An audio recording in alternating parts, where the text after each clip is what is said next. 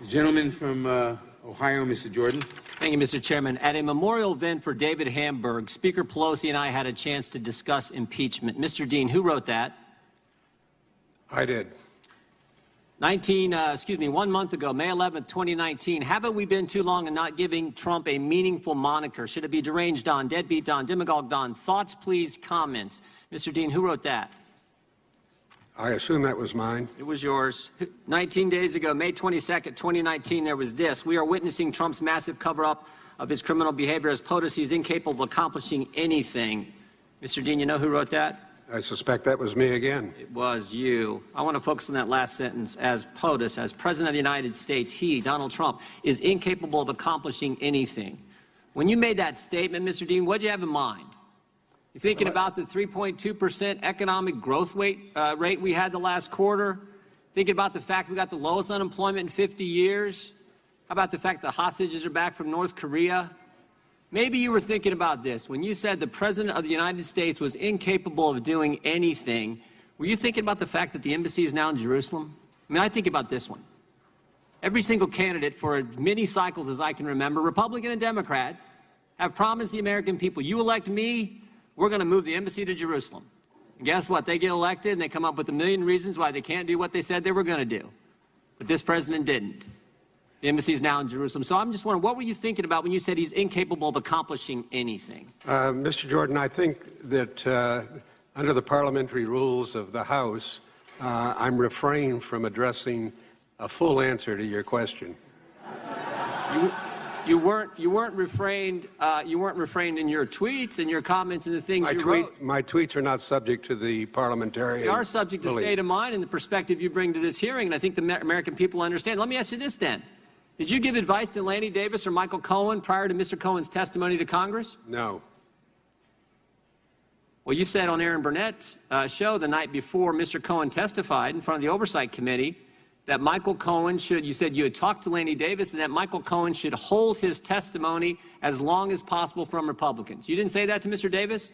You said it on Aaron Burnett's show the night before Mr. Cohen testified. I didn't say it directly to Mr. Cohen, was your question. No, it wasn't. My question was, did you give advice to Lanny Davis or Michael Cohen prior to Mr. Cohen's testimony to Congress? Yeah, I have known Lanny Davis for almost a couple decades, and we have talked about it.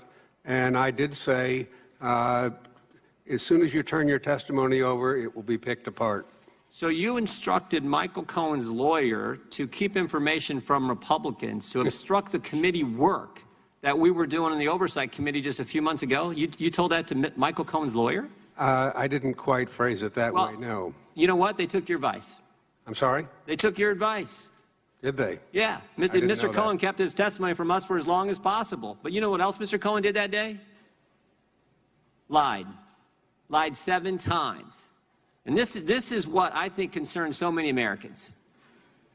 This is what concerns, I think, so many Americans about the work that's going on in this Congress, this 116. The first announced witness of the 116th Congress was Michael Cohen, a guy who sits in prison today for lying to Congress. Today, Chairman Nadler brings in front of the Judiciary Committee a guy to talk about obstruction of justice who went to prison in 1974 for obstructing justice. I did not go to prison.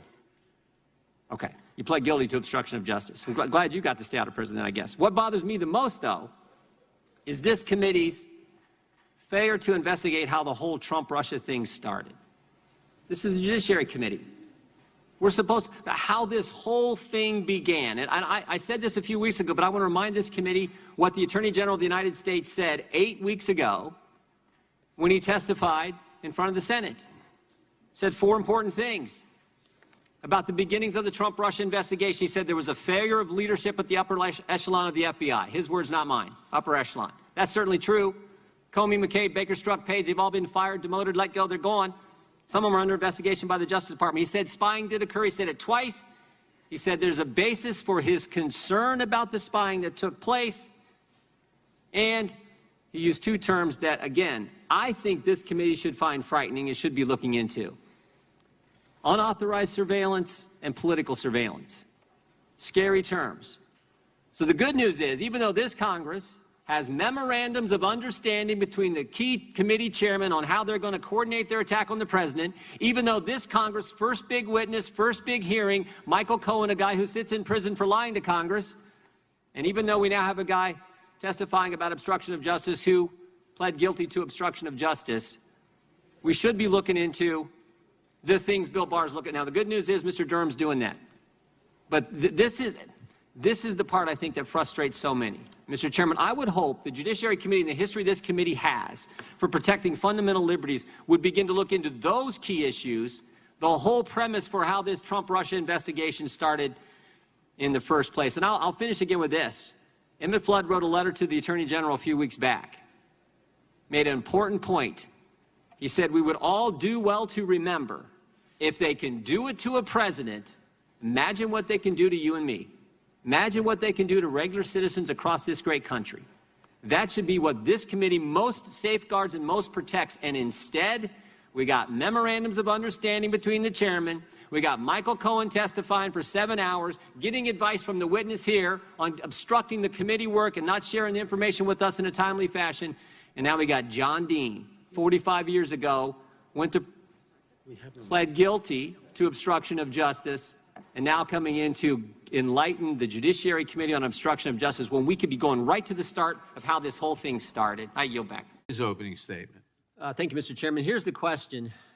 Do we think House Democrats want to stop big tech censorship of Republicans, big tech censorship of conservatives? Remember, 3 months ago, 2 Democrats wrote a letter to big carriers encouraging them to take Fox News, Newsmax, One American News off their platform. Chairman Nadler, Subcommittee Chairman Cicilline, Democrat Conference Chair Jeffries, Democrat Policy Chair Neguse, all impeachment managers. Do we really think they want Facebook to put President Trump back on their platform? Actually, we know the answer to that question. They don't. Chairman Nadler said, I think Facebook was right.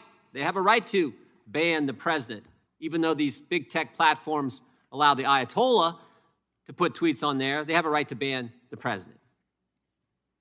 Mr. Chairman said that it's a right-wing conspiracy theory and a fantasy dreamed up by some conservatives. Maybe that's because he hasn't been shadow banned like Congressman Gates has or Congressman Nunes.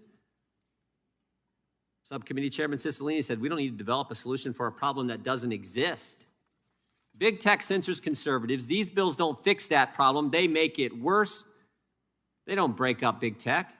They don't stop censorship. Let's look at the access bill. This is the one that's supposed to be the least problematic. Let's just run through the access bill, what this does, the power it gives to the Federal Trade Commission. Page 15 of that legislation, the FTC shall issue standards specific to each covered platform. Covered platform is defined. Online presence, 50 million users a month, 100,000 business users a month, and a $600 billion market cap. That currently includes Amazon, Apple, Facebook, Google, but I think it's soon to include Microsoft, Walmart, Visa, and who knows where it ends. What's the process for issuing these standards for a covered platform? Page 17 of the legislation. By establishing technical committees for each business. So not one technical committee that advises. There will be a technical committee for each covered platform. One for Amazon, one for Apple, one for Facebook, one for Google, and then one for each new business that's added and defined as a covered platform. How big are these technical committees? Page 18 of the legislation tells us the size of the technical committee is at the sole discretion of the FTC. So whatever it can be, it could be 10 people, it could be a handful of people, it could be, I don't know. It's totally up to the FTC. Who's on these technical committees? Page 20. Page 20 of the legislation tells us 3 categories: competitors, people from advocacy groups and independent academics, and then someone from the National Institutes of Standards and Technology. Which sort of raises the obvious question, who runs the FTC?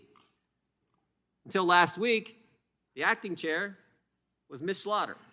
Ms. Slaughter, who said it is, quote, perfectly appropriate for us to use antitrust enforcement tools to right the wrong of systemic racism. Wow.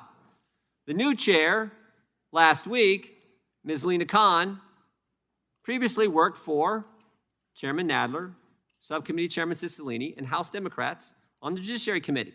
So the person who helped write the bills that give all the power to the FTC now is going to run the FTC. Such a deal. The Federal Trade Commission, run by Biden Democrats who want to fix systemic racism, set up special government committees of whatever size they want, technical committees made up of your competitors, advocacy groups, and academics. Or in other words, people who want your business to fail, Soros-backed individuals, and someone like Senator Warren. Now, if you don't like the fact that you're a covered platform, you can petition the FTC, page 4 and 5 of the legislation. And if the FCT doesn't like your petition, you can go to court. But your chances of winning in court aren't too good because on page 20 of the legislation, it says, in a proceeding for judicial review, the findings of the commission shall be conclusive. So I don't think your chances are going to be too well. Oh, and I forgot this. One more thing, page 20 of the legislation. The Federal Advisory Committee Act shall not apply with respect to these technical committees.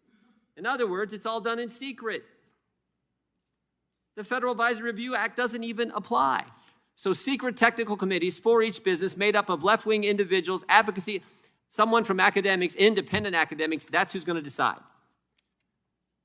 Now, do you really think the individuals running the FTC, again, as I said before, want Facebook to let President Trump back on? Do they want Twitter to stop shadow banning Matt Gaetz? A few months ago, Democrats brought in front of the committee a newspaper bill in front of this committee. The bill that would have allowed big tech and big media to collude. We had a great hearing on that. They've dropped that bill. Great hearing. I thought the witnesses pointed out the concerns with that legislation. Today we have bills that aren't big tech and big media working together, but big tech and big government now marrying up and working together. And frankly, we've already seen this. We've already seen this. We saw it with the recently released emails between Mr. Zuckerberg and Mr. Fauci, where we saw big tech and big government work together to frankly keep information from the American people, information that turns out may have been accurate. So that's our concern overall with the package. There are some bills that, okay, maybe all right, but overall the power this gives to the FTC, big tech working together with big government, doesn't address the issue of breaking these companies up, doesn't address the issue of censorship, which so many Americans are concerned about. That is our concern. We're going to have a number of amendments, Mr. Chairman. I know you guys have several amendments on your side as well. I look forward to a robust debate and as we move forward. With that, I yield back. Thank you.